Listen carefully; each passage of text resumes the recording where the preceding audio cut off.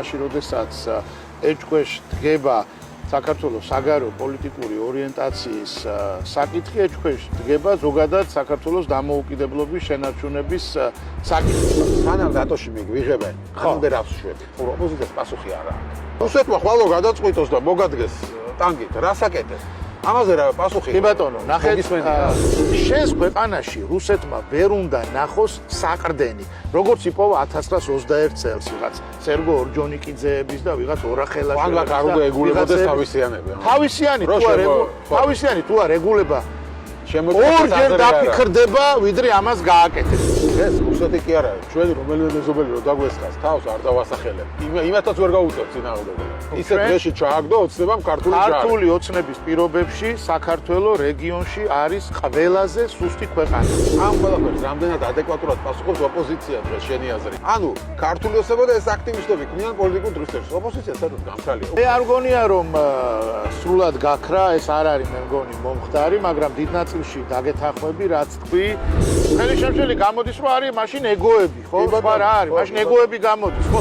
არ უნდა შეწყვიტო, არ უნდა დანებდე. თუ დამოუკიდებლობა გინდა, თუ თავისუფლება გინდა, თუ ქართველობა გინდა, თუ ქრისტიანობა გინდა, არ უნდა ჩაბარდე. მარტივია, უნდა დაიჯერო გამარჯვების, უნდა იწამო გამარჯვების, უნდა შენ თვითონ უნდა გჯეროდეს შენი ბრძოლის წარმატების.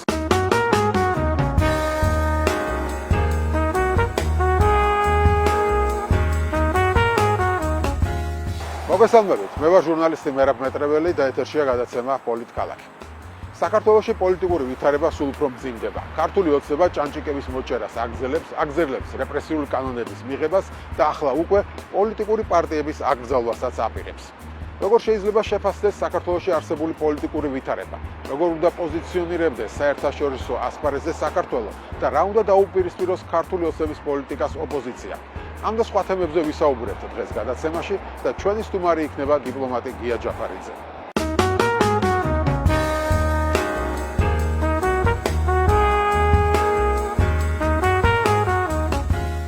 მოგესალმებით ბატონ გია, მადლობა გადაცემაში მონაწილეობისთვის. ჩვენ ვისაუბრებთ თემაზე, ბუნებრივია ქვეყანაში შექმნილი პოლიტიკური ვითარება. დღითი დღე არ ვიცი თქვენ როგორ შეაფასებთ, მაგრამ ფაქტია რომ მძიმდება. ყოველ შემთხვევაში ჭანჭიკების მოჭერისკენ მიდის საქმე, გამომდინარე იქიდან რომ კანონები სულ უფრო მკაცრდება, ბოლოს მივიდაგერ პარტიების აკრძალვამდეც. ხო, ქუჩის გადაკეთვაზე ციხია, ადრე ჯარიმა იყო, ეხლა ციხია, პარტიებს საერთოდ კრძალავენ და რა წირა გველოდება. ამაზე მინდა ვისაუბროთ, როგორი უნდა იყოს პასუხი ოპოზიციის მხრიდან, როგორი უნდა იყოს პროტესტის მხრიდან, იმიტომ რომ ბევრი ფიქრობს რომ რაღაც სიტუაცია აქეთ ხარისას ჩიხში შევიდა. შესაბამისად და რა რეაქცია შეიძლება იყოს დასავლეთიდან ამ ყველაფერზე და რამდენად საკმარისია ის რეაქცია, რომელიც არის დასავლეთიდან. მოკლედ ეს არის თემები, რაზეც მინდა რომ ვისაუბრო. მე პირველ რიგში მადლობა მოწვევისთვის. მე ამ გადაცემაში შენთან პირველად ვარ და კეთილი იყო შემიფეხი. თქვენ შენს გადაცემას და ტელევიზიასაც, ესე იგი უსურებ მეტ ფინანსურ რესურსს, რომ მეტი შესაძლებლობები გქონდეთ, ასევე მივესალმები შენს ტელემაყურებელს და მე ვიცი რომ შენს გადაცემას უყურებენ პოლიტიკური პატიმრებიც და მათაც ასევე მივესალმები და მხნეობას ვუსურებ და საქართველოს მალე გამარჯვებას. შენი კითხვა არის მოცულობითი კითხვა. ხო, მოდი დავიწყოთ შეფასებით სიტუაციის, ანუ სად ვართ, რა ქვია იმას, სადაც ვართ და ამას წინააღმდეგ მე რა შეიძლება რომ გააკეთოს.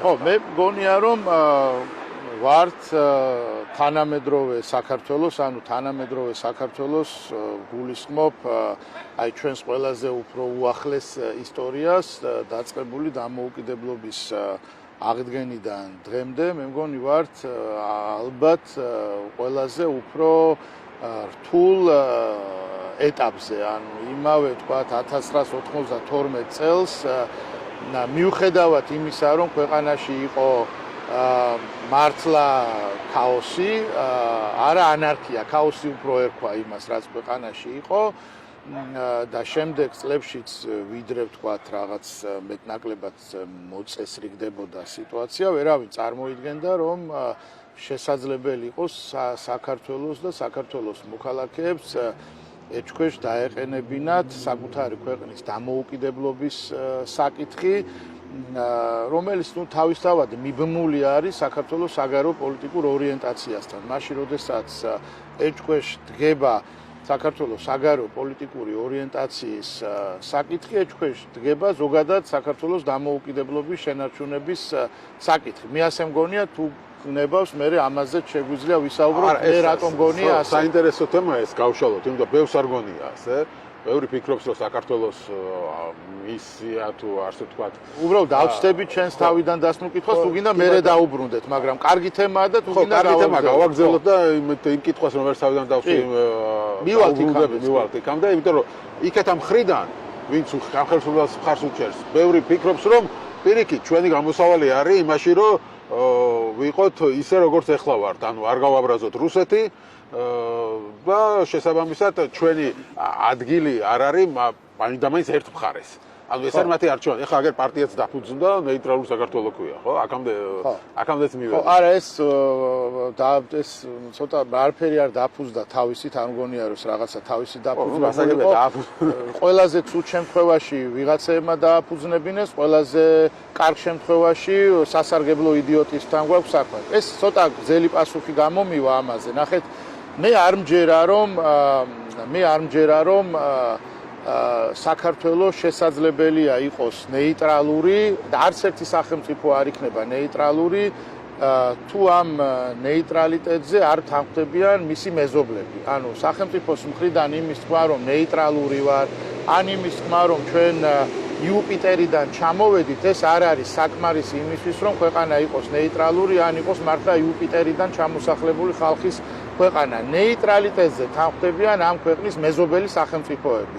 როგორც ვთქვათ, შვეიცარიის შემთხვევაში, შვეიცარიის შექმნის დღიდან ამაზე შეთანხმდნენ შვეიცარიის მეზობლები, რომ ისინი შვეიცარიაში არ შეიჭრებიან მარტივად.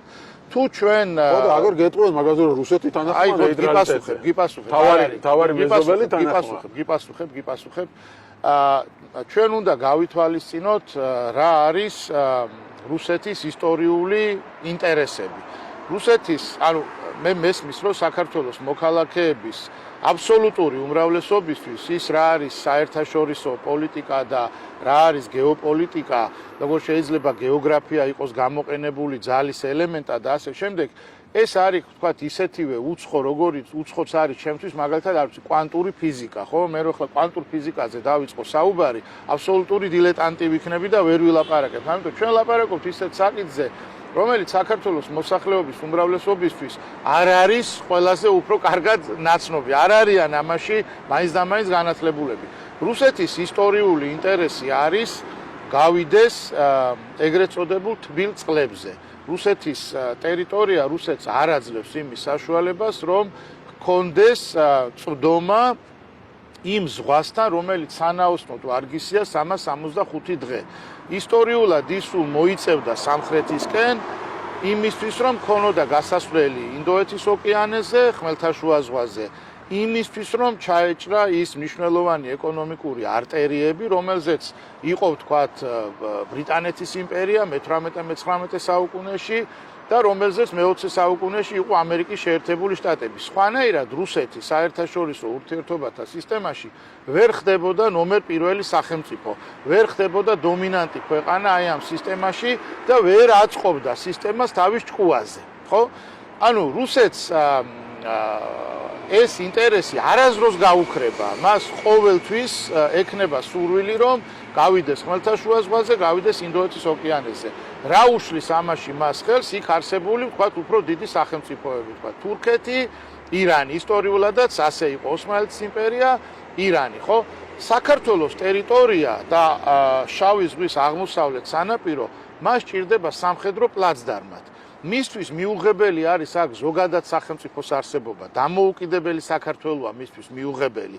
ის კი არ არის როგორ დაველაპარაკებით ჩვენ რუსეთს, რბილად დაველაპარაკებით, ხისტად დაველაპარაკებით თუ როგორ დაველაპარაკებით. მისთვის ეს არის ტერიტორია, რომელიც უნდა იყოს გამოყენებული სამხედრო პლაცდარმად, საიდანაც ის მოახდენ შემდეგ ძალის პროექციას ან იქით ან აქეთ მიმართულებით. ასე უყურებს ის ამ საკითხს. ამიტომ ჩვენ თუ არ გავიაზრეთ მეორე მხარეს რა სურს, მეორე მხარის ინტერესი რა არის, მაშინ ჩვენ შეიძლება ყოველთვის ცხოვრობდეთ იმ ილუზიაში, რომ ჩვენი არჩევანი განსაზღვრავს რუსეთის მხრიდან ჩვენთან დამოკიდებულებას. ეს ასე არ იქნება. რუსეთის გარდა შეიძლება სხვა საფრთხეებიც არსებობდეს ჩვენს გარშემო, ხო? სამწუხაროდ ჩვენ გარშემორტყმული ვართ რევიზიონისტული ძალებით. ისტორიულადაც ხო ჩვენი არჩევანი იყო არჩევანი იმ სივრცის ნაწილი ყოფილიყავით, რომელიც სივრცეც პირველი არის ჩვენს ღირებულებებთან, ჩვენი ღირებულებების სისტემასთან ახლოს, ან იგივეა და რა არის ეს ღირებულებათა სისტემა? ეს არის ქრისტიანული ეთიკა, ქრისტიანული მორალი, რომ თავარი არის ადამიანი, რომ ადამიანი თავის თავში არის ღმერთის მატარებელი, რომ ადამიანი განსხვავებით სხვა სულიერი არსებებისგან თუ სხვა ცოცხალი ორგანიზმებისგან არის ღვთის ქმნილება და მას ისე უნდა მოვეპყრათ, როგორც მოვექცეოდით ღმერთს და ამ აქედან არის მე ვთქვათ შემწყნარებლობა, მიმღებლობა და ასე შემდეგ და ასე შემდეგ. მეორე ეს არის სამართლიანობის, სამართლის და მოქალაქეობის გაგება, რაც ვთქვათ მოდის რომიდან და მესამე ეს არის ბერძნული ცივილიზაცია, რომლის ასევე ნაწილი ვართ ჩვენ თავისი დემოკრატიით და ასე შემდეგ. ეს სივრცე არის დასავლეთი. მეორე რაც ჩვენ გვაინტერესებს არის ის, რომ ჩვენ გქონდეს ჩვენ ვიყოთ ისეთი სივრცის ნაწილი, სადაც უზრუნველყოფილი იქნება ჩვენი დაცულობა. დაცულობაში არ გულისხმობ მხოლოდ უსაფრთხოებას, გულისხმობ მაგალითად იგივე თქვა სოციალურ დაცულობას. ხო, ეხლა ეს თქვა უფრო მეტად შეიძლება მოეწონოთ იმ საქართველოს მოქალაქეებს, ვისაც თქვა უფრო მემარცხენე იდეები აქვთ, ხო? ყველანაირი დაცულობა ადამიანს, როცა აქვს ჯანმრთელობის პრობლემა, უნდა შეეძლოს, უნდა ჰქონდეს იმის საშუალება, რომ საკუთარ ჯანდაცვას მიხედოს. დაცულობის გარდა უზრუნველყოფილი უნდა იყოს ჩვენი თვითყოფადობა, ხო, ის რაც ჩვენ გვინდა რომ ვიყოთ და ვაკეთოთ, ხო? ამას გარდა უზრუნველყოფილი უნდა იყოს სუვერენიტეტი შეიძლება თქვათ იმ დაცულობის ნაწილში შეიყვანო, ხო? უზრუნველყოფილი უნდა იყოს მშვიდობა, ხო? ჩვენ გვინდა მშვიდობიან სივრცეში ცხოვრება. არა, ვიტყვი, მერაბ. მშვიდობა მე ფაქტებზე დაყნობით რო ვთქვა, ხო? მეორე მსოფლიო ომის შემდეგ ვიცით რომ მშვიდობა არის ამერიკაში, კანადაში, ევროპის იმ ნაწილში, სადაც არის ევროპის კავშირი, ანუ ევროპულ და ევროატლანტიკურ სივრცეში. იქ 80 წელია ომი რა არის, არ იციან. ეს არის კაცობრიობის ისტორიაში უნიკალური შემთხვევა იმ კონტინენტზე თან ევროპაში, სადაც სულ ომი იყო. რა უნდა იყოს კიდევ დაცული, უნდა იყოს დაცული ჩვენი საკუთარი თავის რეალიზაციის უფლება, ხო? ჩვენი ნიჭი და ჩვენი შრომით რომ შეგვეძლოს საკუთარი თავის რეალიზაცია. ასევე ჩვენ გვჭირდება რომ ვიყოთ იმ სივრცის ნაწილი, სადაც იქნება კეთილდღეობა. ჩვენ უბრალოდ დამოუკიდებლად და თვითყოფადად ცხოვრება კი არ გვინდა, ჩვენ ისიც გვინდა რომ კეთილდღეობაში ვცხოვრობდეთ, ხო? მდიდრები ვიყოთ, ნუ შეგვეშინდება ვთქვათ ამ სიტყვის თქმა, ხო? აი როგორც ვთქვათ საშუალო ევროპელ ოჯახს. საშუალოს, აი რაღაცა ჩვეულებრივ სამსახურში რომ მიდის დედა და მამა, ხო? რა შეუძლია ასეთ ევროპულ ოჯახს? შეუძლია კონდეს საკუთარი სახლი, კონდეს მანქანა, შვილები სწავლობდნენ კარგ სკოლაში, შეეძლოთ უნივერსიტეტში თავისუფლად სწავლა და იქ იცით რომ ბევრგან სწავლა უფასოა, ძირითადად უფასოა და შეეძლოთ თქვა წელიწადში ორჯერ ზამთარში და განსაკუთრებით ზაფხულში დაისვენონ იქ სადაც უნდა. ეს არის საშუალო ოჯახი ევროპაში, ხო? ამის უფლება ხო გვაქვს? ხო შეიძლება რომ ჩვენს გვინდოდეს ეს, არ ვიყოთ გაჭირვებაში, ხო? ეს არის დასავლეთი, ეს არის ის სივრცე, სადაც ჩვენ ისტორიულად მივდიოდით. ეხლა თუ მეტყვი რომ იცი რა არსებობს კიდევ თქვა სხვა ალტერნატივა, ეს ალტერნატივა ფაქტებით გამყარებული, აი ფაქტები რომ ნახო რომ ეს ნამდვილად ასეა, არ არსებობს. აი ეს ილუზია ახსენე მაგაზე გეტყვია რომ ეს საერთოდ მართლმადიდებლური ქვეყანა რუსეთი, არა მართლმადიდებლური არ არის ბიზანტიის, ეს რუსეთი ამბობს არის. ეს რაც უნდა მას სხვა საკითხი ჩვენც გვინდა. ახლა ეგრე ჩვენც ქონია ეგეთი აზრები და აგერ ქართველებსაც უთქვამთ რომ განკითხვის დღე რო იქნება და მეორედ მოსვლა რო იქნება, თლად ქართულად იქნებაო. ესეთი მესიანისტური იდეები ყველა ქვეყანას და ყველა ხალხს შეიძლება ქონოდა წარსულში ან კონდეს, არ ვიცი, თუნდაც დღესაც მგონია რომ ძალიან ანაქრონისტულია ეს რაც რუსეთს უნდა და მე მგონი მარტო რუსეთია დარჩენილი ასეთი ამავდროულად იმპერიალისტური, მესიანისტური იდეებით. ერთია რას ამბობს რუსეთი და მეორეა რუსეთი რას აკეთებს, ხო? ჩვენ არ უნდა ვიყოთ იმის ილუზიაში, რომ ჩვენ რომ რაღაცას გადავწყვეთ, ეს იქნება მისაღები რუსეთისთვის. არა, რუსეთისთვის მისაღები იქნება ჩვენი ის გადაწყვეტილება, რომელიც გამყარებული იქნება ამავდროულად ძალით. რუსეთს არ შეუძლია, ხო ხედავთ, ვერ 80 წლის განმავლობაში შეეხო ევროპის გაერთიანებას, შეეხო ნატოს, როდესმე გვაქვს ისეთი ფაქტი, რომ იქ სადაც არის ნატო, ან იქ სადაც არის ევროპის კავშირი, იმ ტერიტორიას რუსეთი თავს დაესხა. რუსეთი თავს ესხმის იმ ტერიტორიებს, რომელიც არ არის დაცული. სამწუხაროდ ესია, ჩვენზე რო იყოს დამოკიდებული, ახლა ჩვენ ვიტყვით, რომ აი მარსიანელები ვართ, ან ჩვენ ნეიტრალურები ვართ, რუსეთი ისე არ მოიქცევა. არა, ფაქტები სხვა რამეს ამბობს. ნახეთ, რუსეთმა ჩვენთან დაარღვია ქართკახეთთან. დაარღვია გეორგიევსკის ხელშეკრულება. გეორგიევსკის ხელშეკრულება დადებული იყო ქართკახეთთან. გადავიდა მერე იმერეთი დაიპყრო. იმერეთმა ბოლომდე გურია, არ არის გეორგიევსკის შეთანხმების ნაწილი, ხო საერთოდ. დაარღვია უმნიშვნელოვანესი ხელშეკრულება 1920 წლის 7 მაისის. ასეთი ხელშეკრულება საბჭოთა რუსეთს ჰქონდა დადებული სულ რამდენიმე ქვეყანასთან. ეს დაარღვია. ეხლა პუტინი რო რაღაცა მაგალითები რომ მოყავს ისტორიიდან გიჟივით რაღაცა ფურცლებით რო ჩავიდა ტრამპთანაც და იმან არც კი მოусმინა. შეთანხმება აქვს დადებული რუსეთ საქართველოსთან. იმას რო აცხადეს რომ საქართველო არ არსებულაო, თუ არ არსებულა, მაშინ რომელ ქვეყანასთან აქვს ეს შეთანხმება დადებული. დაარღვია 90-იან წლებში. იმავე ვთქვათ აფხაზეთში საომარი მოქმედებების დროს დაარღვია მაშინ დადებული რამდენიმე შეთანხმება. ნახეთ და ესეთი აქვს მას გაკეთებული სხვადასხვა ქვეყნებთან. დავასრულებ რა. ჩვენ, როდესაც 1918 წელს გამოვაცხადეთ დამოუკიდებლობის დეკლარაციაში გვიწერია, რომ საერთაშორისო ომიანობის დროს ვართ ნეიტრალური სახელმწიფო. ქონდა ეს ჩაწერილი, ნეიტრალური ვიყავით რა, დაიცვა.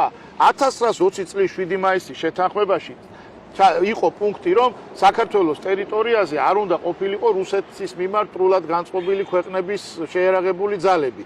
რუსეთის მიმართ ტრულად იყო მაშინ განწყობილი ყველა ქვეყანა, რუსეთი ასე თვლიდა, ხო? ეხლა დღევანდელ ენაზე რო ვთქვათ, რა ვიცი, ყველაფერი გავაკეთეთ, ნეიტრალიტეტიც ჰქონდა, უბლოკო სტატუსიც ჰქონდა, ვიშველა ამან, არ შემოიჭრა 1921 წელს. უკრაინას ჰქონდა უბლოკო სტატუსი. უშველა ამან უკრაინას, უბლოკო სტატუსით იყო უკრაინა. მოლდოვას არასდროს სანამ იყო უბლოკო სტატუსით იანუკოვიჩის დროს ჰქონდა არ შემოეჭრილა და მე როცა ისე ჩაწერეს ნატო და ასე არაფერი არ ჩაუწერიათ. არაფერი არ ჩაუწერიათ, საქმეც ეგ არის. არსად არაფერი. მოლდოვას ხო არ უქნია არაფერი მსგავსი. მოლდოვას ხომ მსგავსი არაფერი უქნია. მოლდოვაში რატო აქვს დნესტრისპირეთი გაკეთებული? მოლდოვა არც ესაზღვრება საერთოდ რუსეთს. ეს არის ილუზია, რომ რუსეთი მოიქცევა ჩვენი სურვილების მიხედვით. რომ ჩვენ თუ კარგად დაველაპარაკებით რუსეთი ჩვენს მიმართ იქნება, ის არ ვიცი.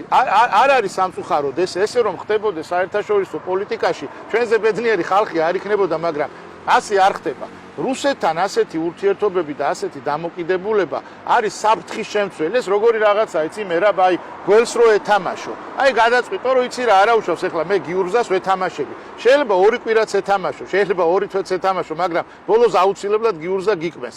ეს არის რუსეთთან ესეთი ნაივური დამოკიდებულება, იმიტომ ვამბობ, ეს ან სასარგებლო იდიოტიზმია, ან აი ესეთი ნაივური გულუყვილო ბავშვური დამოკიდებულება, ან მე ახლა ვცდილობ რომ მეორე მხარის არგუმენტები, იმიტომ რომ ამ პროპაგანდას უნდა უპასუხოთ ყოველთვის და ამიტომ ვცდილობ რომ ეს არა, მე რა ვპასუხობ, ნეიტრალიტეტი არის ყოფილად წარმოადგენს სატყუარა, რომელსაც შემოგიგდებს რუსეთი, რომ მე ადვილად დაგიპყროს. ეს ძალიან მარტივია. ნეიტრალიტეტს თან თვითონ კი არ ამბობს, შენ გალაპარაკებს, ქართველებს ალაპარაკებს. ახლა მეორე მხარე ასაბობს, განსაკუთრებით აი ეს პრორუსული პარტიები რო არიან ალტინფო და ვიღაცა, იმას კი არ ამბობენ რომ რუსეთი კარგია, ხელშეკრულებებს ასრულებს და ასე იქცევა და ისე იქცევა და კარგი ქვეყანა. არა, ყველაფერს დაგეთანხმებიან.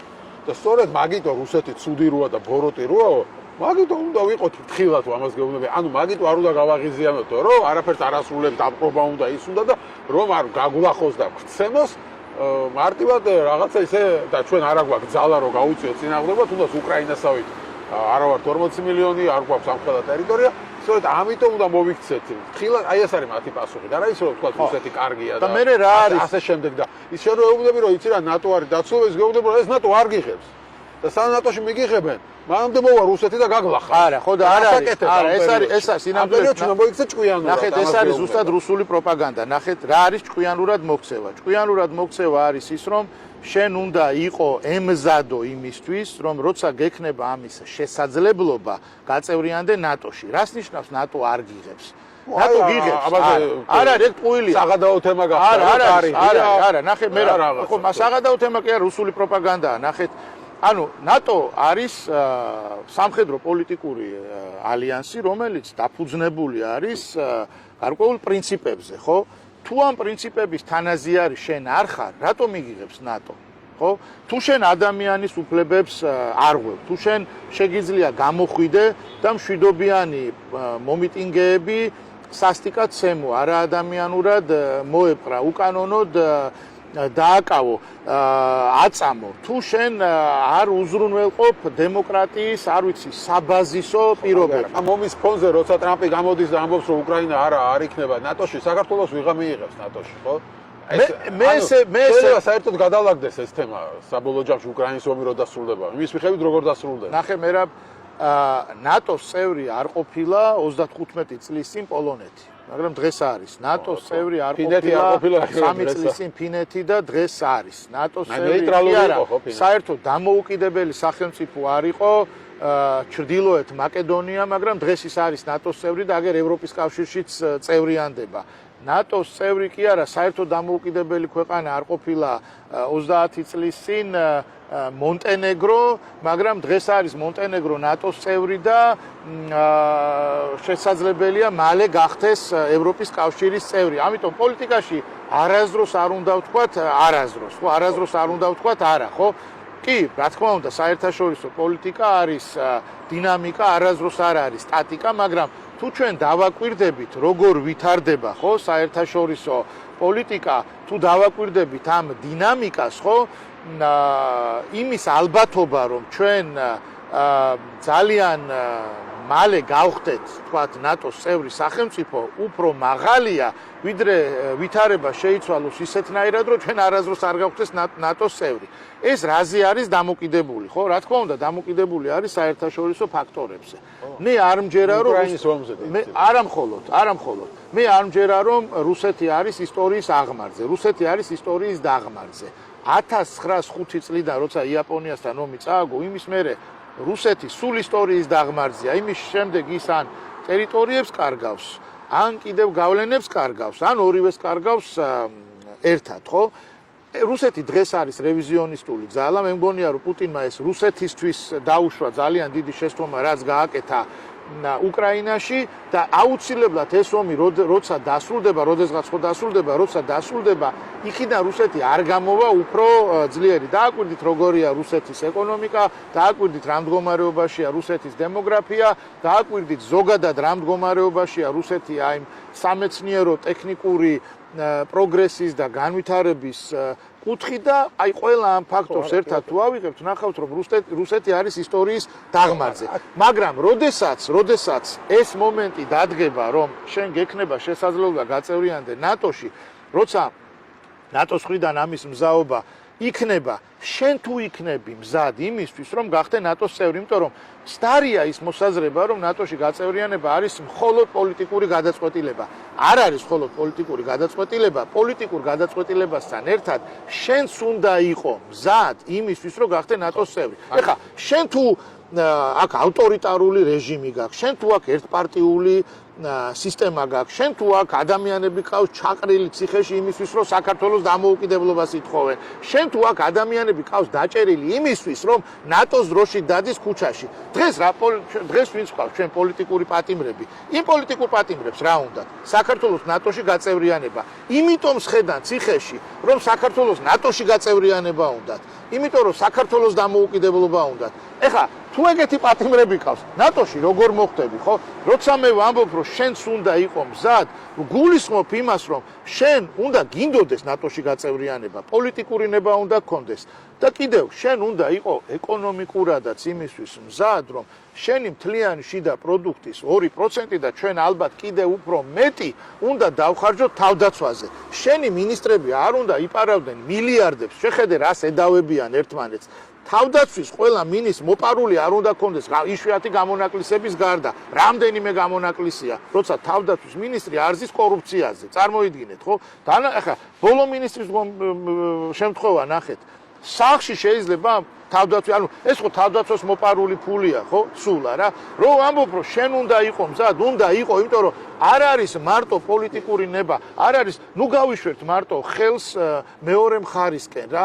მეორე მხარე კითხვა რა არის, იცი რომ სანამ ნატოში მიგვიღებენ, ხანამდე რას შვებით? ემზადები. ხო, არა, რუსეთთან დაკავშირებით. რუსეთთან დაკავშირებით, რომელზეც ოპოზიციას ხო, მეც ასე ვფიქრობ, არა მარტო პროპაგანდას არ პასუხობ, ოპოზიციას პასუხი არ აქვს. ანუ ნახე, სანამ ნატოში მიგვიღებენ.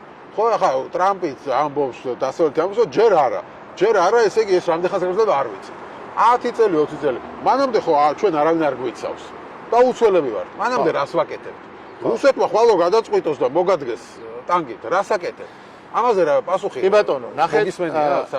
კი, მოგვისმენია. ქართულოსებ ამბობს რომ მე მაქვს მაგაზე. მოდი მე მაქვს პასუხი ამაზე. თუნდაც შედაარქვი რუსეთს ვეტენები თუ რას ვაკეთებ, მაგრამ ეგ პასუხია ჩემი რომ მე რომ რუსეთს აქვს თავს დაუხრი და ასე შემდეგ, ამით მშვიდობა შეგიძლია ოცნების პასუხი არის რომ მე ვწდობ დამოუკიდებლობას.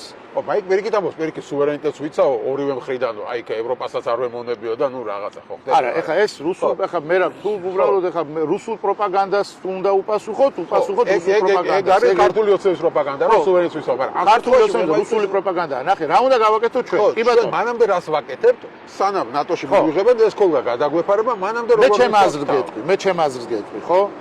რამდენიმე რაღაცა გვაქვს გასაკეთებელი. პირველი ნუმერაციას არ აქვს რასაკვირველია მნიშვნელობა, ხო? პირველი ჩვენ მაქსიმალურად უნდა გავზარდოთ საქართველოს საერთაშორისო მხარდაჭერა. იმისთვის რომ ვიყოთ რუსეთთან დაპირისპირება, ჩვენ კი არ უპირისპირდებით, ის გვიპირისპირდება, ხო? ამ დაპირისპირებაში ჩვენ რომ ვიყოთ უფრო დაცულები, ჩვენ უნდა გქონდეს საერთაშორისო მხარდაჭერა. საერთაშორისო მხარდაჭერა, რომელიც ქართულმა ოცნებამ დაკარგა. ხო, ეხლა ეს ხო ფაქტია, რომ მას არ ელაპარაკება არც ერთი ჩვენი საერთაშორისო პარტნიორებისგან, არავინ, ხო? საერთაშორისო მხარდაჭერის გაზრდა. საერთაშორისო მხარდაჭერა გაიზრდება მხოლოდ მაშინ, თუ როგორ თქვა, თუ შენ შეეცდები, რომ შენი ქვეყანა იყოს უკეთესი. შენი ქვეყანა იყოს უკეთესი, ნიშნავს თუ შენ მოიქცევი უკეთესად, ხო? რომ შენ ის ყველაფერი, რასაც ჩვენ ვაკეთებთ, რეფორმები იქნება თუ რაც იქნება, ხო, ჩვენ გვხდის უკეთეს ქვეყნად, ხო? საერთაშორისო მხარდაჭერის გაზრდა. მეორე, შენი თავდაცვის უნარიანობის გაზრდა, რომელიც შეიძლება მასში არის ამავდროულად საერთაშორისო მხარდაჭერასთანაც, ხო? შენ უნდა კონდეს ისეთი სამხედრო შეერაღებული ძალები, შენი ქვეყანა ისე უნდა იყოს მომზადებული, რომ რუსეთი ორჯერ დაფიქრდეს, სანამ შეგიდებს, ხო? ანუ ის უნდა ფიქრობდეს, რომ ეს როგორ არა გვაქვს, როგორ არა აქვს, რა თქმა უნდა, აქვს. ანუ ნახეთ, თუ მე რა შენ თუ მაგას მეკითხები, პატარა საქართველოს აქვს თუ არა იმის საშუალება რუსეთს მოუგოს ომი, არ აქვს და არასდროს არ გვექნება. არა, მე ნახეთ რას ვამბობ, ნახეთ, მე ვამბობ იმას, რომ რუსეთს უნდა ჭირდებოდეს ორჯერ დაფიქრდეს იმაზე, ვიდრე საქართველოს შეუტევს. ანუ მან უნდა იცოდეს, რომ საქართველოზე შეტევა მას დაუჯდება ძვირი. თორე ჩვენ ვართ იმდენად ძლიერი თავდაცვა გვაქვს, რომ მას ჩვენზე შეტევა დაუჯდება ძვირი. მესამე, რასაც უნდა ვაკეთებდეთ, ჩვენ უნდა გქონდეს ქვეყნის შიგნით ფართო საზოგადოებრივი და პოლიტიკური კონსენსუსი იმაზე, ვინ არის მტერი და ვინ არის მოკეთე.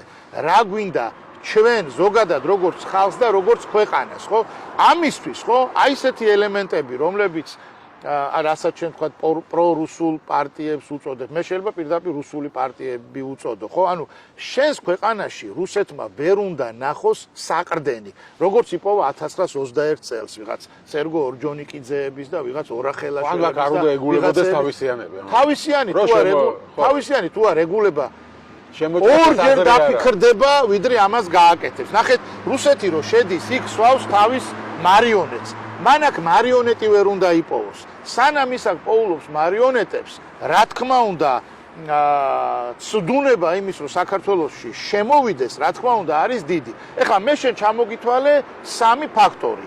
აი ეს არის ის კომბინაცია, რომელიც გვჭირდება დამატებული შენი მუდმივი მზაობა იმაზე, როგორც კი იქნება შესაძლებლობის ფანჯარა, მაშინვე შევარდე იმ დაცულობის, კეთილდღეობის, განვითარების, სტაბილურობის, მშვიდობის სივრცეში.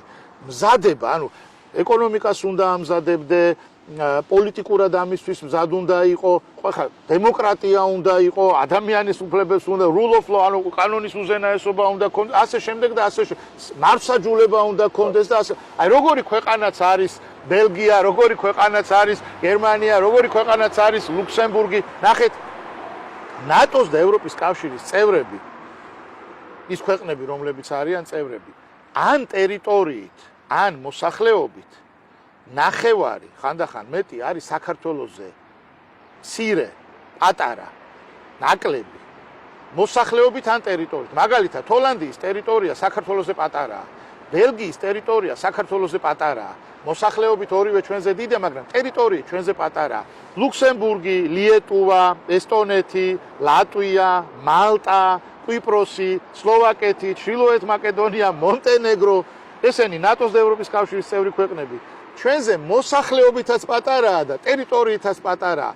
ეს არის ლეგენდა, ეს არის მითი, ეს არის პროპაგანდა, რომ საქართველო არის პატარა ქვეყანა, რომ საქართველოს რაღაცის გაკეთება არ შეუძლია. თუ მალტამ შეძლო, თუ ლუქსემბურგმა შეძლო, თუ კვიპროსმა შეძლო, თუ პასუხიობთ ისინი სად არიან გეოგრაფიულად და ჩვენს ან იმათი მეზობელი სხვა არის და ჩვენ გვყავს აგერ მეზობლად თურქეთი, რუსეთი, აზერბაიჯანი და ამ გეოგრაფიულ ვითარებაში ხო ჩვენთვის ესეთი მარტივი არ არის. მონტენეგრო, ნახე სლოვენია, ჩვენზე პატარაა სლოვენია არის ბალკანური სამეზობლო, მისი არ არის საუკეთესო სამეზობლო, ხო? შეიძლება ჩვენზე უკეთესი იყოს, მაგრამ უკეთესაც ისურვებდა, ხო? არა აქვს თქვა ლუქსემბურგის სამეზობლო, მაგრამ მოახერხა, ხო? არა, ახლა სლოვაკეთის სამეზობლო შეიძლება არ არის თქვა საუკეთესო, ხო? მაგრამ ნუ რაღაცა მოახერხა. ხო, ანუ ნახე, თუ ჩვენ ყოველთვის შევეცდებით, რომ გარეთ ვეძებოთ მიზეზები, ხო? ყოველთვის ვიპოვით გარეთ რაღაცა მიზეზს. თუ ჩვენ ვამბობთ, რომ რა ვიცი, აი ქრისტიანები ვართ, ხო?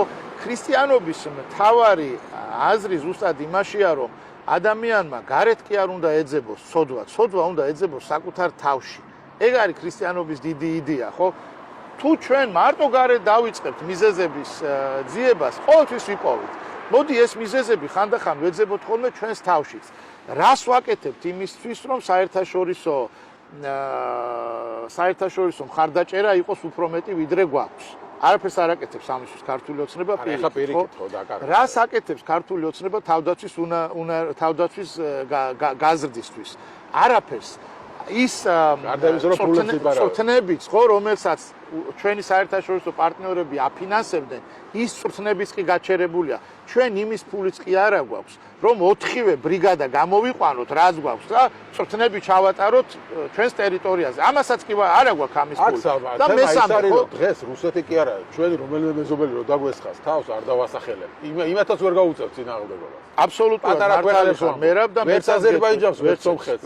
ვერცს ვერ გაუწევთ წინააღმდეგობას. ისე დღეში ჩააგდო ოცნებამ ქართული ჯარი. ქართული ოცნების პირობებში საქართველოს რეგიონში არის ყველაზე სუსტი ქვეყანა. ნახეთ, ეხლა ამ რეგიონს ცოტა განვავრცობ რა კიდევ. ცენტრალური აზიის ქვეყნებთან შედარებით უფრო ძლიერები ვართ? არა. ახლო აღმოსავლეთის ქვეყნებთან შედარებით უფრო ძლიერები ვართ? არა. ანუ შენ უფრო ფართო რეგიონი რომ აიღო, ხო? შეიძლება აღმოჩნდეს რომ მთელ ევრაზიაში ყველაზე სუსტი ქვეყანა ვარ დღეს. აი ეს გააკეთა ქართულმა ოცნებამ. ოღონდ ნახეთ როგორ გააკეთა პატრიოტიზმის, სუვერენიტეტის აი ამ ნიღბის ქვეშ, აი ამ პროპაგანდის ქვეშ. რა წინააღმდეგობის გამწევები ვართ? აზერბაიჯანს აგერთან ომი აქვს მოგებული, ხო? სომხეთი და აზერბაიჯანი ნახეთ რამდენს ხარჯავს თავდაცვაზე. აბა ნახეთ, სომხური არმიაც უფრო ძლიერია. იმათი მინისტრები ასე იპარავენ?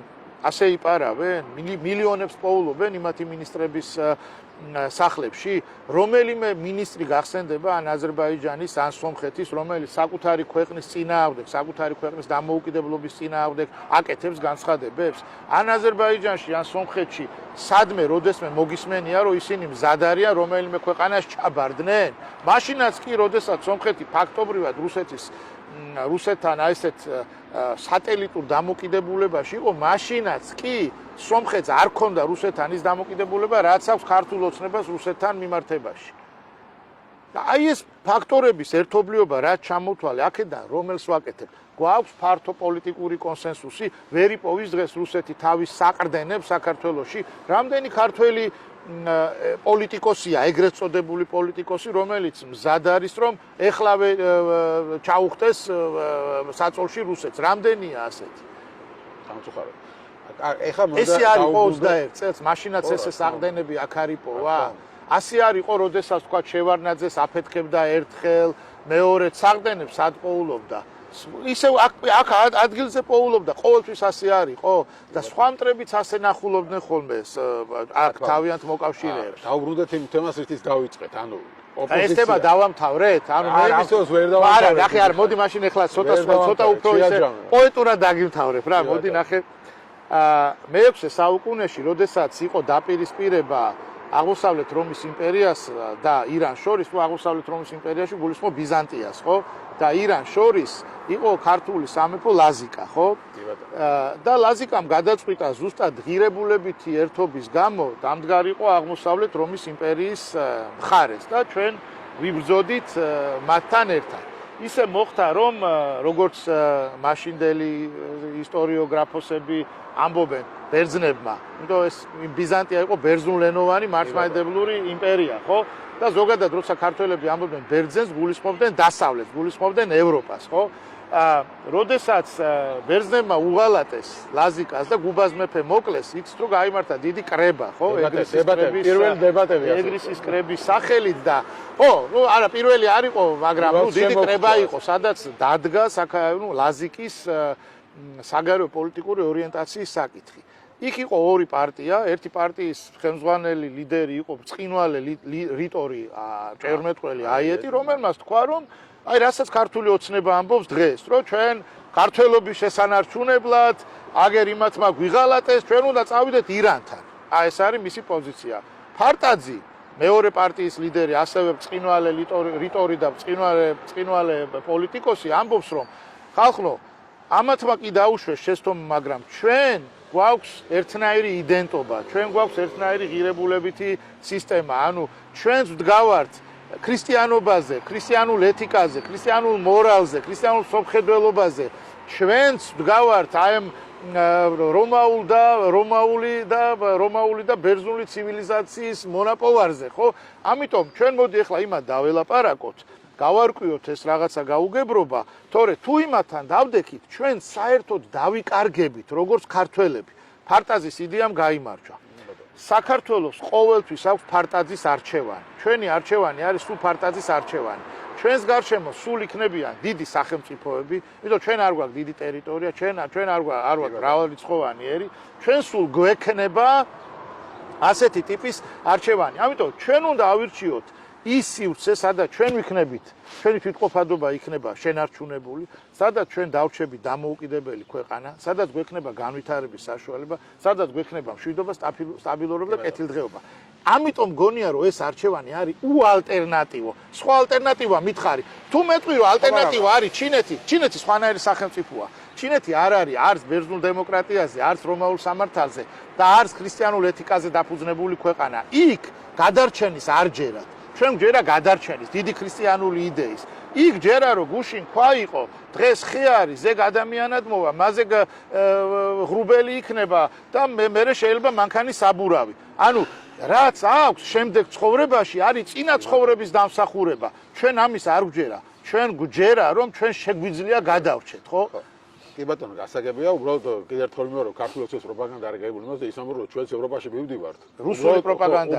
უბრალოდ ეხლა ევროპა ბიუროკრატია არის ცუდი, კობახიძემ თქვა და იმედია 2030 წლისთვის, როცა ჩვენ მზად ვიქნებით, მაშინ ბიუროკრატია გამოიცვლება და ჩვენ შევართ ევროკავშირში შევალთ. რა არის ბიუროკრატია? 27 სახელმწიფოს და მთავრობის მეთაური რომ შეიკრიბება ხალხის მიერ არჩეული პრეზიდენტები და პრემიერ-მინისტრები რომ შეიკრიბებიან, ეგ არის ბიუროკრატია? ეგ არ არის ბიუროკრატია, ეგ არის ხალხის მიერ ევროპის კავშირის და ნატოს წევრი სახელმწიფოების მოქალაქეების მიერ არჩეული მმართველების არა, ხოდა არა ტყუილს ამბობს, ჩვენ ევროპული ბიუროკრატია კი არ გვერჩის. არავინ არ გვერჩის საერთოდ, ჩვენ გვერჩის ქართული ოცნება. და ის, რასაც ის ევროპულ ბიუროკრატიას უწოდებს, სინამდვილეში არის 27 ქვეყნის მეთაურები, ხალხის მიერ არჩეული ლიდერები, ხალხის მიერ არჩეული მთავრობები. რა შუაშია ან ევროპული ბიუროკრატია, ან რა შუაშია საერთოდ ევროპა. საქართველოს ერჩის ქართული ოცნება, საქართველოს ერჩის რუსეთი, ქართული ოცნების სახით. და იმას, რასაც ევროპულ ბიუროკრატიას უწოდებს, ის არ არის ევროპული ბიუროკრატია, ის არის ევროპის კავშირის 27 სახელმწიფოს თავრობის ან სახელმწიფოს მეთაურები, ხალხის მიერ არჩეული. და ბოლოს აუცილებლად ბევრი დრო წაიღო. მოიცა ვამთავრებთ უკვე? ხო, თითქოს 40 წუთი. მოიცა მე არ ვაფიქრე. ის თემა დამპატიჟო მაშინ. აუცილებლად ის თემა რითაც დავიწყე საუბარი არ მინდა რომ დაგვრჩეს. ანუ ამ ყველაფერს ოპოზიცია როგორ პასუხობს, ანუ ამ გამოწვევებს, რასაც ქართული ოცნება აყენებს, ამ პროპაგანდას გამოწვევებს, რა ვითარებაშიც ქვეყანა არის, ხო, დემოკრატიის შემცირება და ასე შემდეგ, ამ ყველაფერს რამდენად ადეკვატურად პასუხობს ოპოზიცია დღეს შენი აზრით? ნახე, ოპოზიციის ლიდერების უმრავლესობა ქართულ ოცნებას გამოწყდეული ყავს ციხეში. აი, ამაზე მინდოდა მეკითხა, ერთ-ერთი არის შენი ძმაც, ხო, ზურაბ ჯაფარი. რამდენად სწორად მიგაჩნია მათი გადაწყვეტილება, რომ აი არ მისულიყვნენ იმ კომისიაზე და წასულიყვნენ ციხეში. რამდენი თვითეს ჩამჯდარებდნენ ციხეში. ნახე, ამის გამო. ნახეთ, ეს გადაწყვეტილება არის იმ გადაწყვეტილების გაგრძელება, რომელიც იქნა მიღებული გაყალბებული არჩევნების შემდეგ, ხო? ამიტომ კონტექსტიდან ამოგლეჯილად ცალკე ამ გადაწყვეტილებას ვერ განვიხილავთ რა, სრული კონტექსტი უნდა მაშინ განვიხილოთ, ხო? მე ბევრ რაღაცაზე მაქვს განსხვავებული აზრი. განსხვავებული აზრი მქონდა მაშინაც და განსხვავებული აზრები მქონდა მერეც. ესეც არის ძალიან გრძელი თემა და ამაზე ალბათ კიდე 40 წუთი დაგვჭირდება. ნახე, მე საერთოდ მაშინ უნდა დავიწყოთ იქიდან, რომ მე ყოველთვის მიმაჩნდა, რომ ამაზე არ მეთანხმებიან და მე ყოველთვის მიმაჩნდა, რომ მაშინ როდესაც ებრძვი რუსული ყაიდის ავტორიტარულ რეჟიმს, რომელსაც უკვე შეეპარა ძალიან ბევრი ნიშანი ტოტალიტარიზმის, ხო? არ არის იმის დრო, რომ ჩვენ გავიდეთ დაგსაქსულად ცალ-ცალკე არჩევნებზე.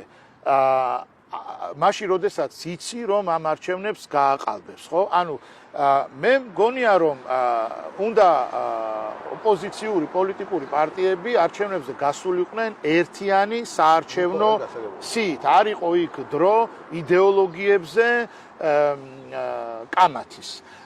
მეორე შეცდომა, რაც ასევე იქნა დაშვებული და მეც რადგან მეც კენჭს ვიყრიდი, ანუ მეც უნდა გავიზიარო, ხო, ალბათ ამაზე პასუხისგებლობა იყო ის, რომ თუმცა მე ეს არასდროს არ მithქვამს. იყო ის, რომ მოდით ხალხნო არჩევნებზე რაღაცა აპარატები მოიტანეს და ამ აპარატებით არჩევნები არ გაყალბდება.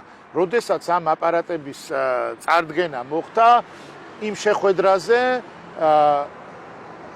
პირველი აზრი რაც მომივიდა იყო ის, რომ ამ აპარატებით მოხდება უფრო კეთილშობილური გაყალბება, უფრო sophisticated გაყალბებას გააკეთებენ. ეჭვი არ შემპარვია, რომ ეს აპარატები იყო იმისთვის მოპარული, რომ უფრო კარგად გაეყალბებინათ, უფრო მაგრად გაეყალბებინათ, ხო? ანუ ეს დიდი შეცდომაა, ერთი რომ არ გავედით ერთიანი სიით და მეორე რომ არ გავედით იმ ლოზუნგით, რომ ესენი აპირებენ გაყალბებას, რაც მოხდა და რაც ვიცოდით რომ გააკეთებდნენ, მაგრამ აი ვენდეთ იმას, რომ აპარატები დაგვიცავს გაყალბებისგან, როგორ უნდა დაგიცვას აპარატმა გაყალბებისგან. აი ამის მერე უკვე ხო გვაქვს უკვე ის გადაწყვეტილებები, რომელიც არის თქვათ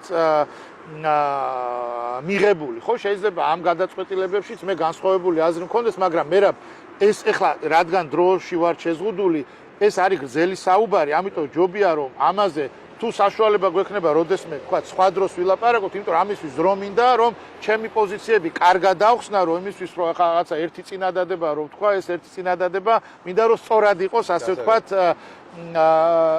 გაგებული, ხო? ერთი რაღაცა კიდევ აი შენს კითხვასთან დაკავშირებით. ჩვენ არ ცხოვრობთ ისეთ ქვეყანაში, სადაც პოლიტიკოსები შეიძლება ციხეში მოხვდნენ მხოლოდ მათ მიერ მიღებული გადაწყვეტილებების გამო. დიქტატურაში ადამიანები არ წყვეტენ საკუთარი თავისუფლების ბედს მხოლოდ თვითონ. აი ეხლა შეიძლება მოვიდნენ, აქედან აგვიყვანონ და ჩავყარონ ციხეში. ეხლა შეიძლება ეს მოხდეს.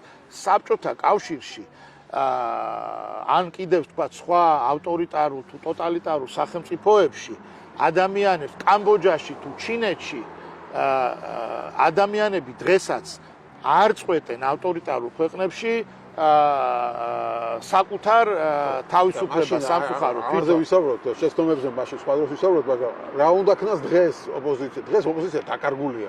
დღეს რა ვითარებოა, იცი? პოლიტიკურ დღისწესრიგს ქმნის ქართული ოცნება, კარგს თუ ცუდს რა მნიშვნელობა ქმნის, ანუ თვითონ იღებს რაღაცა კანონებს, ჭანჭიკებს, უჭერს თუ რასაკეთებს, აგერ საკუთარ ხალხსაც იჭერს, ის ქმნის და ერთი რაღაცა შემორჩენილი, ასე ვთქვათ, ადამიანები აქტივისტები, რომლებიც ჯერ კიდევ დგანან მედგრად რუსთაველზე. ანუ ქართული ოცნება და ეს აქტივისტები ქმნიან პოლიტიკურ დღისწესრიგს. ოპოზიცია საერთოდ გამქრალია. უბრალოდ ის ოპოზიცია კიდევ უფრო დაიქსახა. ნაწილი პარლამენტში შევიდა და იძახის იქიდან ამ ოპოზიციას საერთოდ აღარ გავერთიანდებიო გახარია. მეორე ლელო სადღაც შუაში არის გაჩხერილი, არჩევნებში მიიღო მონაწილეობა, მაგრამ პარლამენტში არ შევიდა. ისინი ლიდერები ციხეში არიან. ანუ ის პოლიტიკურ დღისწესრიგიდან ოპოზიცია გაქრა. ამას გეკითხები, ანუ აქ რა არის გამოსავალი? მე არ გონია რომ სრულად გაქრა, ეს არ არის მე მგონი მომხდარი, მაგრამ დიდ ნაწილში დაგეთანხმები, რაც თქვი. იმ ვთქვათ დაშვებული შეცდომების შემდეგ, რაც ვთქვათ ოპოზიციას ჰქონდა და ბევრად უფრო კონსოლიდირებულ ავტორიტარიზმში, საერთაშორისო ვითარების გათვალისწინებით აგრეთვე ოპოზიციას ჯეთი რატო უწოდებთ ოპოზიციას სინამდვილეში ამ ოპოზიციას ქვეყანაში უფრო დიდი მხარდაჭერა აქვს და არჩევნები რო გაყალბებული არ ყოფილიყო ეს ოპოზიცია დღეს მართველი უნდა ყოფილიყო ხო ხო როგორც არის კი ბატონო ხო მას შეუძლია ოპოზიცია შეუძლია დაშვებული შეცდომების მხოლოდ ნაწილის გამოსწორება. პირველ რიგში რაც არის გასაკეთებელი არის ისევ იმ ერთიანობის შექმნა რომელი ერთიანობაც მიუხედავად ესეთი გაზრდილი საფრთხეებისა ვერ შედგა არჩევნების წინ. მე დღესაც მგონია რომ გასაქსულად წარმატების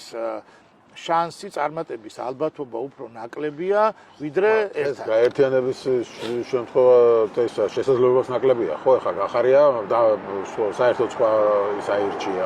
არ ვიცი ლელო სადა ბრუნდება. ანუ აქეთ ჩემს ფიქრობ რომ აღარ არის ამის რესურსი? ამის რესურსი ფაქტობრივად. არა, მე მგონია რომ ამის რესურსი არის, მაგრამ უფრო სხვა საზოგადოება არ არსებობს პარტია და არ არსებობს პოლიტიკოსი ამომრჩევლის და მხარდამჭერების გარეშე, ხო? მაშინ მხარდამჭერებმა და ამომრჩევლებმა უნდა აიძულონ პოლიტიკური ძალები, რომ გაერთიანდნენ.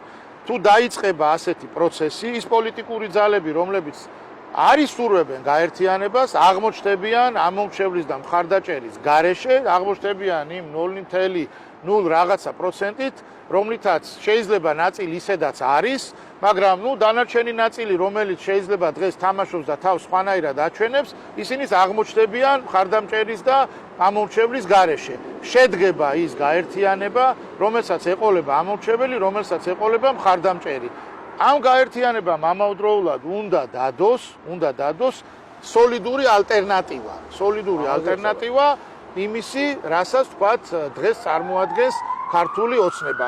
მე არ გონია რომ ან ამის რესურსი არ არის, ან ამის შესაძლებლობა არ არის. დღეს ამის გაკეთება გაცილებით უფრო ადვილია მე თუ მკითხავ, რატომ? იმიტომ რომ ქართული ოცნება გიადვილებს თვითონ საქმეს, იმიტომ რომ ქართულ ოცნებას ქვეყანა მიყავს უსკრულისკენ, ქართულ ოცნებას ქვეყანა მიყავს სიღარიბისკენ, ქართულ ოცნებას ქვეყანა მიყავს იმისკენ, რომ უფრო მეტმა ადამიანმა დატოვოს ქვეყანა, ქართულ ოცნებას საქართველოს მიყავს სრული იზოლაციისკენ. რუსეთს ეს უნდა, რომ შენ მასთან მარტო დარჩე პირისპირ, რომ ხარდამჭერი არ ყავდეს, რომ რესურსი არ ქონდეს, უბრალოდ ეს უნდა.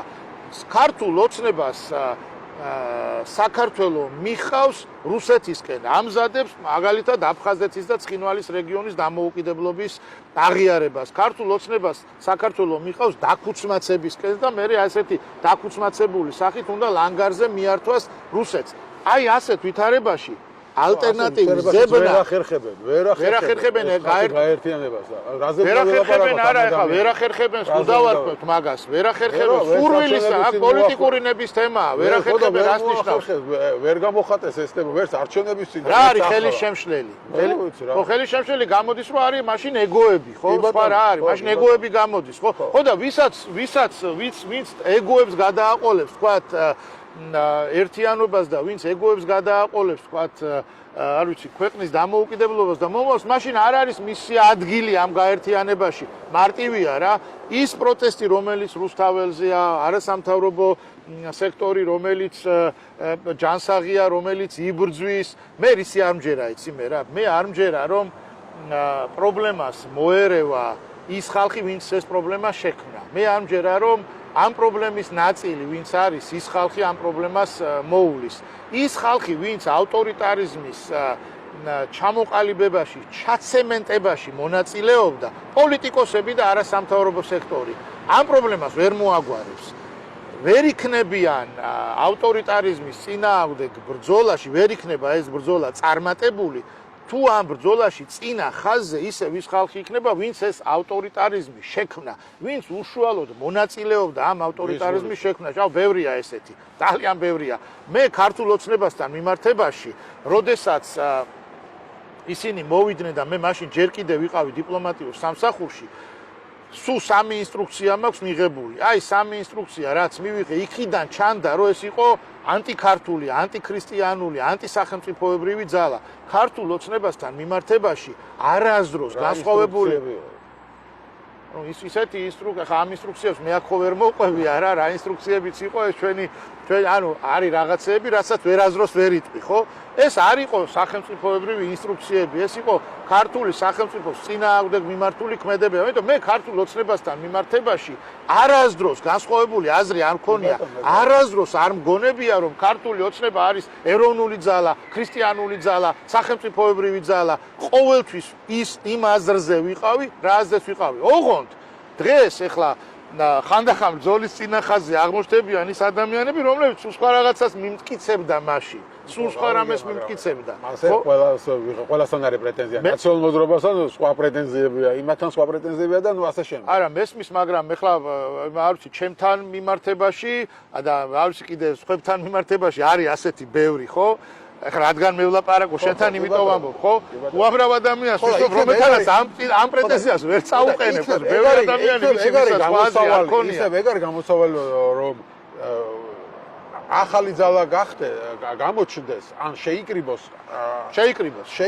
აი იგივე თუნდაც სხვადასხვა პარტიებიდან გამოსული ისეთი ხალხი, ვისაც არ ქონია შეხება არც რეპრესიული რეჟიმთან, არც ოცნებასთან და მათ აიღონ თავიანთ თავზე ლიდერობა. და მე სხვები ვინც გაყვებიან როგორც ლოკომოტივს, თუ არ გაყვებიან და დარჩებიან. ხო და ნახე, თუ შეთანხმება ვერ ხერხდება, მაშინ უნდა გამოჩნდეს ლოკომოტივი, რომელიც ვინ ამბობს რომ არ უნდა გამოჩნდეს, ხო და დაიბადოს. ნახე, ოღონდ აი რა სირთულე გაქვს მან რა ავტორიტარულ რეჟიმში გეუბნება რომ კაცი ამბობს რომ პოლიტიკური პარტიები უნდა აღვზალო, ხო? ანუ როგორ გინდა აი ამ გარემოში დაიბადოს უცებ რაღაცა ახალი, ხო? ანუ შენ თუ გინდა რომ დაიბადოს ქართულ ოცნებას არ უნდა რომ დაიბადოს, ხო? რა გავაკეთე? ანუ არ უნდა შეწყვიტო ბრძოლა, არ უნდა შეწყვიტო ძალისხმევა, ყოველთვის უნდა ეცადო. საბჭოთა კავშირის დროს არ შეუწყვეტიათ ბრძოლა. შეწყვიტა ბრძოლა გასაკეთებდა ილია ჭავჭავაძე. ის უნდა ვაკეთე, ჩვენ არ გვჭირდება ბორბლის და ველოსიპედის თავიდან გამოგონება. რა საკეთებდა 2028 წელი ახალი არჩევნები. და შენ ფიქრობ 2028 წელს ქართული ოცნება არჩევნების ჩატარებას აპირებს? როგორც საბჭოთა კავშირში ტარდებოდა, ისეთ არჩევნებს დაგიდგამს. ისევ ქართული ოცნება უნდა მოიშორო. რა საკეთებდა ილია ჭავჭავაძე, როცა ხალხი იყო გაუნათლებელი, წერა-კითხვის გამავრცელებელი საზოგადოება შექმნა. როცა ის იყო, რა ქვია, ადამიანები რა ულვაში იგლეჯდნენ და ამით იღებდნენ ვალებს, ასეთი იყო მე-19 საუკუნეში, ხო? ბანკი შექმნა, ხო? როდესაც კიდევ სრულიად გენიალური მაგალითი გაქვს ილია ჭავჭავაძის სახით, როცა რუსეთის იმპერიაში რა ცენზურა არ იყო, მედიას არ ებრძოდნენ, ილია ჭავჭავაძემ შექმნა პირველი ქართული თავისუფალი მედია, ილია ჭავჭავაძემ შექმნა პირველი ქართული არასამთავრობო ორგანიზაცია, ილია ჭავჭავაძემ შექმნა პირველი ქართული ბანკი და ასე შემდეგ და ასე შემდეგ. შენ არ უნდა შეწყვიტო ბრძოლა, რა მაშინ არ იყო იგივე საფრთხეები, იყო საქართველოს არ იყო საერთოდ თბილისის გუბერნია და ქუთაისის გუბერნია იყო და ამ ვითარებაში ამ კაცმა მოახერხა და გააკეთა ის, რასაც ეხლაც დღესაც ჩვენ ამაში ვცხოვრობთ, ილია ჭავჭავაძის ნაზრევში ვცხოვრობთ, საქართველოს ილია ჭავჭავაძემ მოიფიქრა, ამას დიდი კაცი ჩვენ არ ყოლია. ის უნდა გავაკეთოთ, რაც აკეთებდა ილია ჭავჭავაძე. არ უნდა შეწყვიტო, არ უნდა დანებდე, თუ დამოუკიდებლობა გინდა, თუ თავისუფლება გინდა, თუ ქართველობა გინდა, თუ ქრისტიანობა გინდა, არ უნდა ჩაბარდე, მარტივია, უნდა დაიჯერო გამარჯვების, უნდა იწამო გამარჯვების, უნდა შენ თვითონ უნდა გჯეროდეს შენი ბრძოლის წარმატების. სხვანაირად აბა როგორ უნდა მოიგო? კი ბატონო, გასაგებია, მადლობა დიდი.